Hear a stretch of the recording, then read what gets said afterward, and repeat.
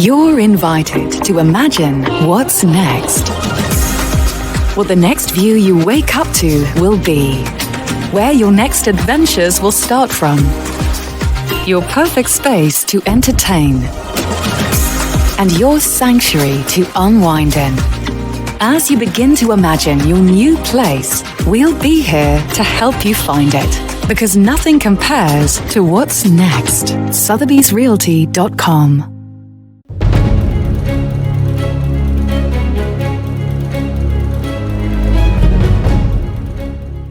The cancellation of comedian Trevor Noah's show in Bengaluru has once again exposed the fault line in the IT city, Bengaluru. But this incident has not only revealed the shortcomings of Karnataka's capital, it also is a wake-up call for all our mega cities, growing rapidly but unable to keep pace with the city's growing needs. I caught up with one of India's leading thinkers, Chairman of BCG India Practice, Janmejaya Sinha, to get his views on why are we falling so behind the curve when it comes to tackling India's urbanization challenges.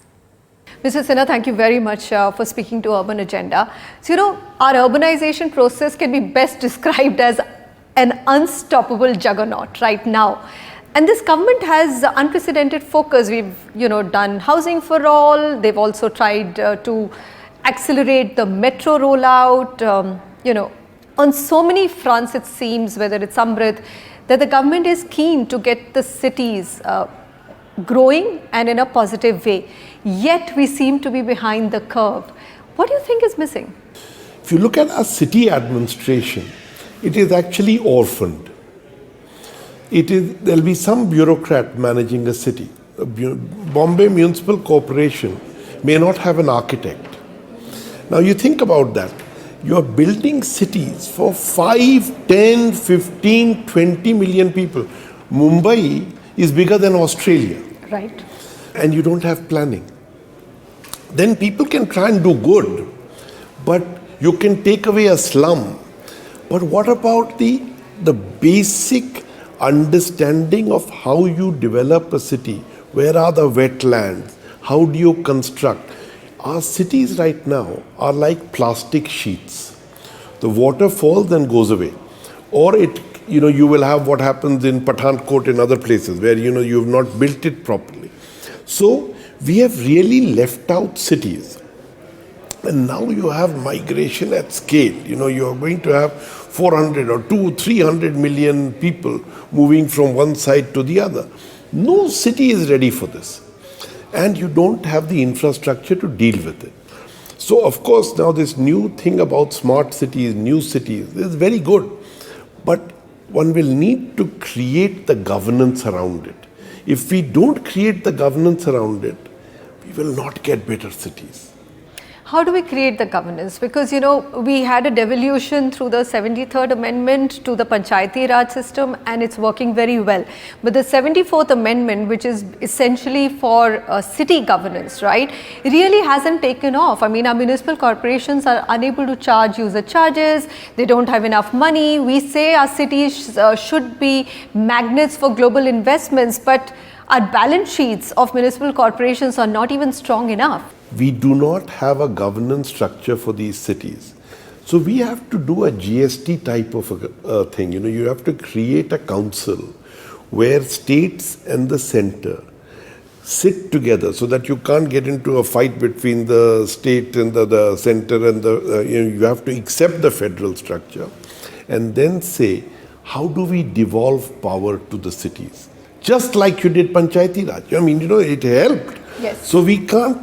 Now the problem is there is short-term issues with this because there is a lot of politics involved. If you really look at it, once a group of people settle in a land in a city which is not theirs, what do? The politics of that becomes much too evocative for you to be able to move a slum. Now, even if you replace a slum and you create these slum rehabilitation buildings, where are you creating them? Was that land the right place to do it? Was it a water body? Was it a lake? How are you distancing it? Then the other thing is that we got trapped in the past by having residential areas and having working areas. Now, today we know that we should have residential and working areas in the same places. Mixed use. You shouldn't have this long commute which is polluting, which is creating traffic jams and every kind of sustainability problem. Now you just look at Mumbai. Today Mumbai is a site under construction. In 2 years' time, you'll have a lot of the transportation worked out. But will you have water worked out? Will you have green worked out? And I think that this challenge now has to be done at a material level. The tier 2, tier 3 and tier 4 cities have to be our saviors. What I'm hearing is that decongest your mega cities and grow your tier 2, tier 3 cities and pay attention to that rather than trying to retrospectively make your mega cities livable. Do you think that we are going in that direction? But ultimately resources are few and you have to, all the capital comes to a Bengaluru or a Mumbai or NCR. So we need to get the jobs to get dispersed. And I'm not saying when you decongest the mega cities, create cities in the 30-kilometer distance from those cities. Don't try and lose the ecosystem, the economy of that mega city, but try and supplement it. And now you've seen with technology, we can do this. You have the ability. Why can't you create a city which is 50 kilometers outside of Mumbai? We are going to build a trans harbour. You have Navi Mumbai coming up. And so you can go further in and create cities which are from day one planned. But you have to restructure the governance. And on that we need to have agreement.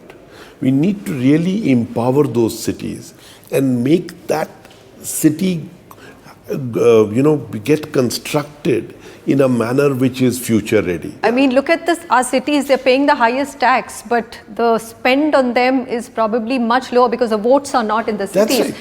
They're in the rural areas. So something's got to shift on that front. I really feel we really need to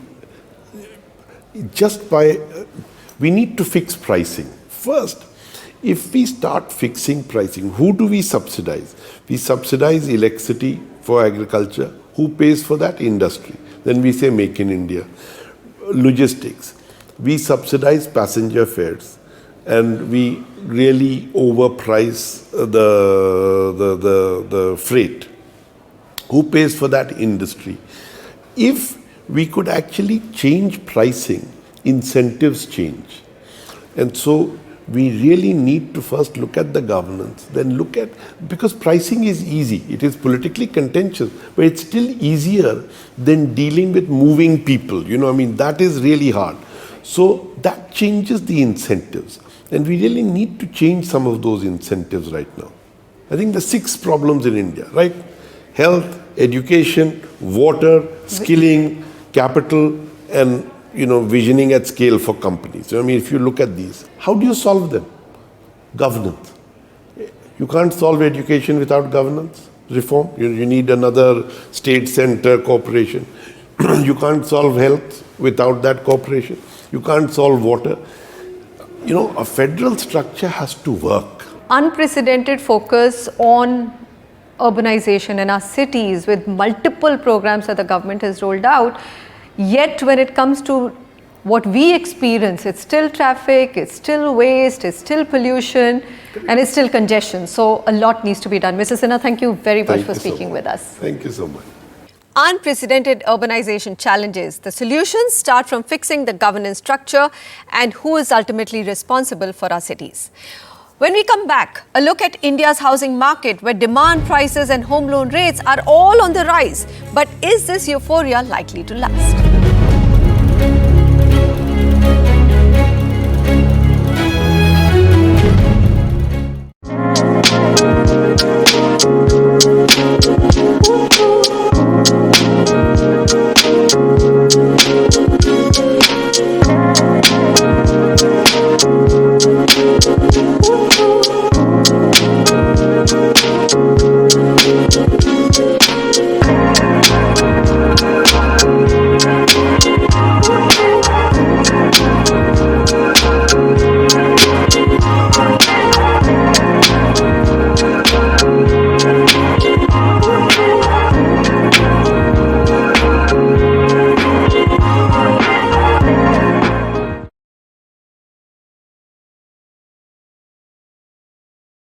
You're invited to imagine what's next.